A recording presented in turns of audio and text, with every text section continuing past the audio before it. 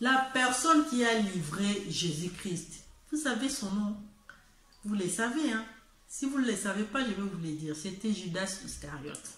C'est celui-là qui a livré Jésus moyennant de l'argent. Mais moi, j'ai été dans les... J'ai joué ce rôle de Judas, mais pas moyennant de l'argent. J'ai livré cette personne pour qu'elle puisse nous rembourser notre argent qu'il a bouffé. Donc, c'était ça. Vous avez compris, aujourd'hui, c'est vraiment une story time. Nous allons vous raconter le pourquoi, le comment de cette casquette que nous avions portée. Et à la fin, vous allez tirer des leçons par rapport à cette histoire que nous allons vous raconter. Mais j'aimerais avant tout vous poser une question. Est-ce qu'il vous arrive aussi dans votre vie, vous vous retrouvez face à une situation qui vous est toute nouvelle alors que vous sentez ou encore vous ressentez, vous pressentez, c'est comme si vous l'aviez déjà vécu. Je ne sais pas si ça vous arrive, moi ça m'arrive souvent, tu te retrouves dans un endroit, dans un milieu, c'est comme si ce milieu était familier, alors non, alors pas. Donc, générique.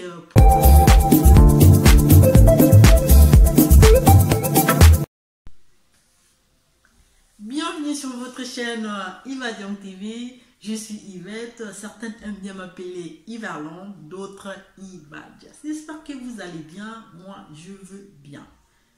Si ça va pas, Dieu est là où tout va aller bien. On reste positif ou positive.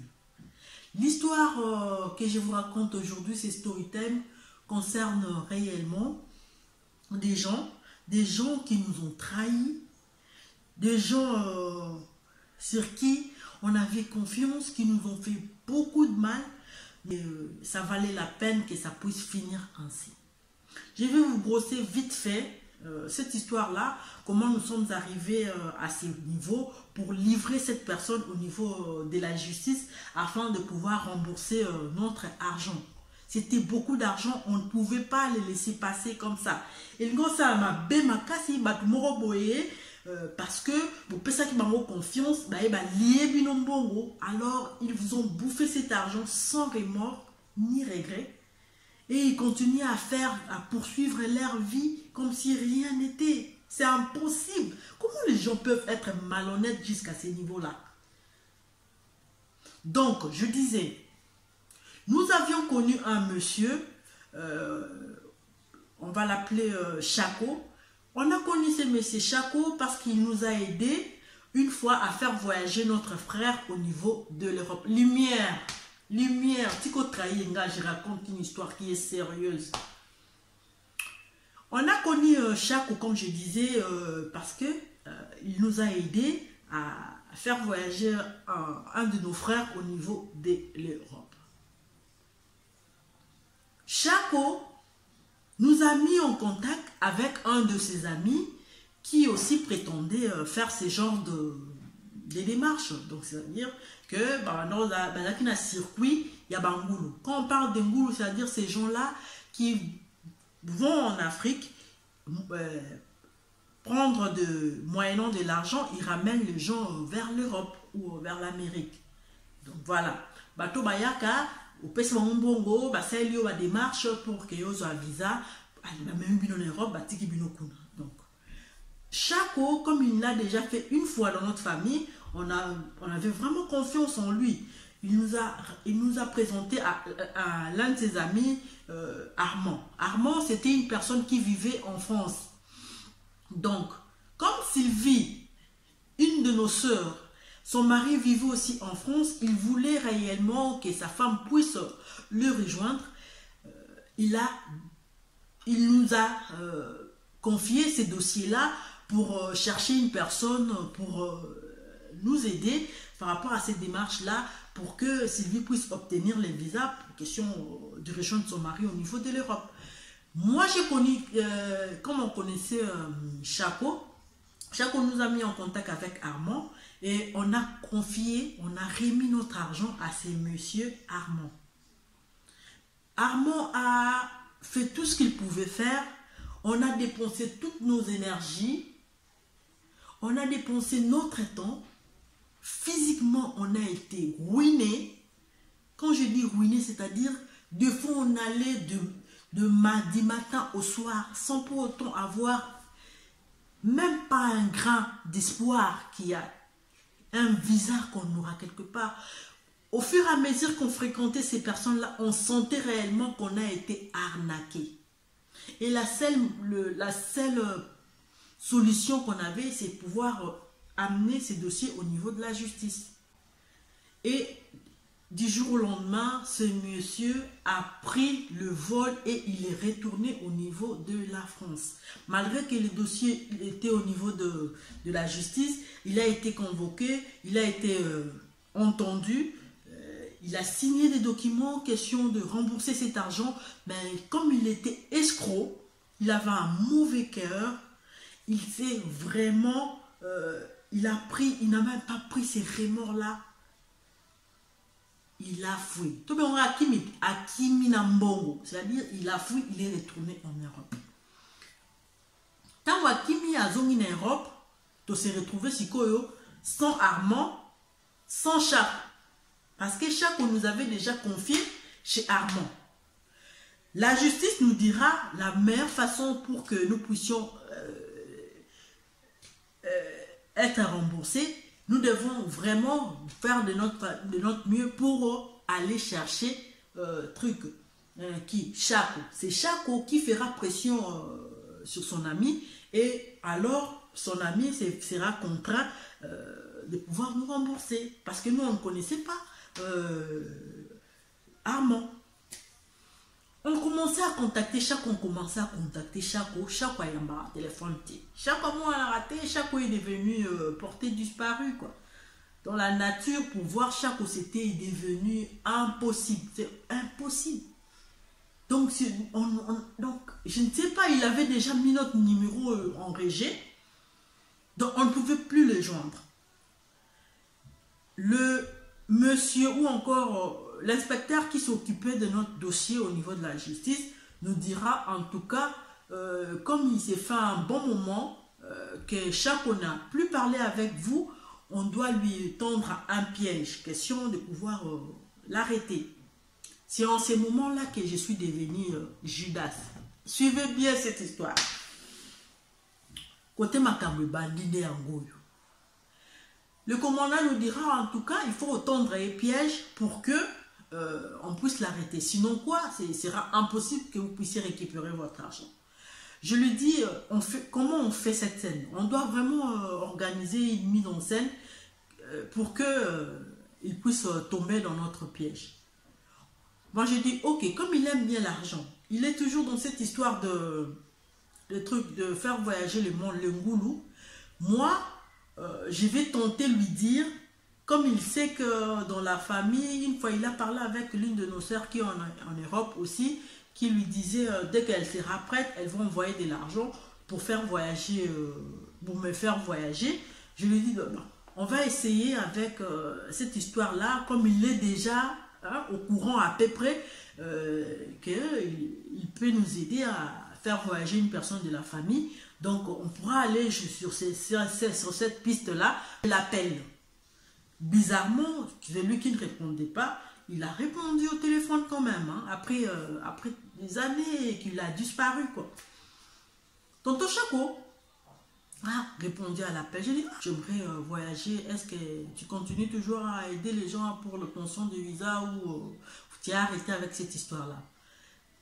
Comme il aime beaucoup l'argent, il m'a dit non, je continue. D'ailleurs, ça tombe bien parce que je suis sur un dossier où j'ai des gens, je dois réellement faire voyager 7 personnes. Du coup, j'ai 5 personnes, il me reste 2 personnes. Donc, comme ça tombe bien, tu vas aller avec la délégation que je suis en train de faire voyager. Je me suis dit, ok, on fait comment pour se rencontrer? Il m'a dit non, moi je serai en ville demain vers l'après-midi. Donc dans l'après-midi, j'ai dit ok, on dit ok, ça marche. On appelle l'inspecteur qui avait notre dossier, on lui dit, moi et Sylvie bien sûr, on appelle, on lui dit, on a retrouvé Chaco comme convenu, il est prêt pour le voyage, donc je vais lui... On va se rencontrer en ville demain, l'après-midi. Il me dit, ok, mais avant que vous ne puissiez aller à sa rencontre, tu dois passer au bureau. On va te donner des techniques pour faire comment, pour qu'on puisse l'arrêter. J'ai dit, ok, demain matin, on va au bureau de l'inspecteur qui s'occupait du dossier, moi et Sylvie. On arrive, il nous dit, je vais réellement vous joindre à deux de mes agents, mais ils ne seront pas en uniforme, ils seront en tenue civile. Comme ça, quand vous allez arriver, c'est eux qui vont arrêter truc Chak. J'ai dit, ok. Mais il y a un détail que tu ne peux pas oublier. Lorsque tu vas aller à la rencontre de Chak aussi, le seul, tant mieux, quand tu vas tu vas saluer, tu vas tendre la main, on saura réellement, c'est lui, et toi tu partiras et nos agents, comme ils vont identifier la personne, ils pourront l'arrêter un peu plus tard. S'il est accompagné pour saluer, dès que tu finis de saluer, tu dois toucher ta tête, question pour aussi aider ces agents-là à faire la différence ou à différencier chaque de l'autre. J'ai dit, ok, ça marche. On entre dans le véhicule, on arrive quelque part, on nous fait descendre parce qu'on ne voulait pas que chaque puisse suspecter quoi que ce soit ou se voir au niveau d'une agence de voyage parce que il devra acheter le billet pour faire voyager des gens, quelque chose de comme ça. Bon, ça date un peu. Hein. Ok, quand je suis arrivé, j'ai essayé de localiser, il me dira non, ben, je suis quelque part, mais j'arrive au niveau de l'agence dans 2 minutes. Je dis ok, dès que tu arrives, voilà, tu me fais signe, comme ça moi je vais avancer. Question aussi de finir ce que je serai en train de faire. Ok, ok. Tout a été réellement ok. Tout a été ok. Et il arriva.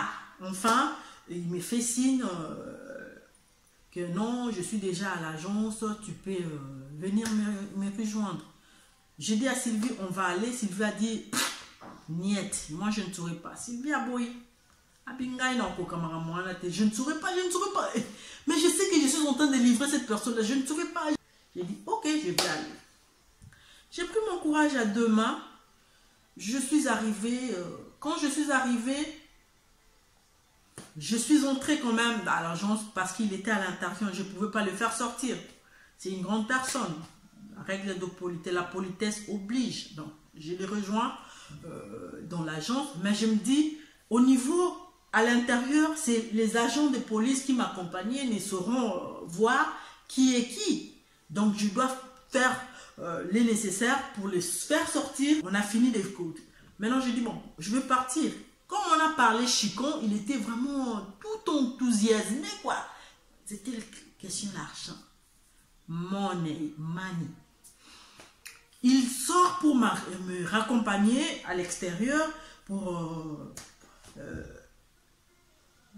comme ça se passe toujours. Donc, quand tu vas rendre visite à une personne, question de pouvoir, par courtoisie, hein, par galanterie aussi, on est censé raccompagner une personne qui est venue vous rendre visite quand même. On essaie, ok, on doit se saluer pour nous séparer. Quand je lui tends la main, c'est là où je me suis dit, waouh, ces types vraiment vivaient dans l'autocondamnation, dans la culpabilité, parce que j'ai ressenti cette même histoire-là, cette même sensation que Gida avait ressentie. J'ai livré une personne, oh là là là là là là là, c'était horrible, c'était terrible, je vous dis. Quand j'ai tendu la main à tonton Chaco, j'ai touché la tête comme l'inspecteur me l'avait dit, mamma mia. Il y a tout mon corps qui a commencé à transpirer, je vous promets. Tout mon corps, dès que j'ai touché ma tête, j'ai compris que j'ai livré une personne. Il y a mon ventre qui commençait à ballonner. Je voulais faire la diarrhée. Oui. Je voulais vraiment chier sur mes habits, quoi. J'étais mal en point à un niveau, ben, je ne sais même pas vous le dire quoi. J'ai donné à son ami qui était à côté la main sans pour autant tenir ma tête parce que c'était pas ça le consigne. Quand on s'est séparés, la première chose que j'ai dû faire, c'est dégager. Parce que mon ventre, je n'arrivais même plus à marcher. Je me suis dit, Yvette, qu'est-ce que tu as foutu? Yvette, qu'est-ce que tu as foutu? Ce n'est pas bien d'escroquer les gens. Ce n'est pas bien d'abuser de la confiance des autres. On avait tellement confiance à ces tontons-là. Il nous a amené une personne qu'il n'avait même pas la maîtrise de cette personne. C'est toi qui nous as mis dans ces circuits-là. Cette bande organisée d'escrocs. C'est toi qui nous a... On t'appelle, tu nous blacklistes sur ton téléphone. On ne sait plus te joindre. Donc, au bloqué, mais ce qu'on a téléphone. Allez, tu deviens porté disparu. Au moins, la ressource, tu es dans l'alerte, tu volatilisé comme ça. Mais parce que tu es seulement avide d'argent, on te dit que j'ai un dossier de voyage, donc tu as tout oublié de tous ces mal que tu as causés aux autres à cause d'argent. Tu viens encore pour bouffer à ta binomoko. Comment je ne pouvais pas vraiment faire cet acte-là? Comment je ne pouvais pas livrer ce genre de personnes? Dites-moi. Où est le mal que j'ai fait? Où est mon péché dans ça? Parce que c'était la seule façon de pouvoir livrer cette personne pour récupérer l'argent. Sinon, toi, cet argent serait vraiment parti comme ça. Cadeau. Donc, Chako a été livré comme ça par Yves Abias, votre Yves Abias, oui. Ne me remercie pas. J'ai bien joué malgré toute cette sensation que j'ai ressentie. Mais quand même, j'ai bien joué mon rôle. J'ai livré une personne pour notre intérêt, pour que nous puissions récupérer notre argent. On a vécu tant d'histoires avec cette dame-là, Sylvie Manissa. Elle a rejoint son mari en Europe, non pas par Chako, mais par une voie vraiment légale. Si vous avez de l'argent, allez faire vos démarches légalement. Au niveau de l'ambassade, ce dossier n'est pas bien, tu auras ton visa. Ne vous laissez pas berner, duper par ces mondes-là, ces bandes d'escrocs-là qui prétendent amener les ngouls ou faire des démarches de visa pour des autres, rien que dans l'intention de bouffer des gens de l'argent sans remords, ni émotion, sans cœur. C'était Yvette qui vous a rencontré cette story time. J'espère que vous avez compris. Chacun a tiré une leçon. On s'est dit à la prochaine. Bye.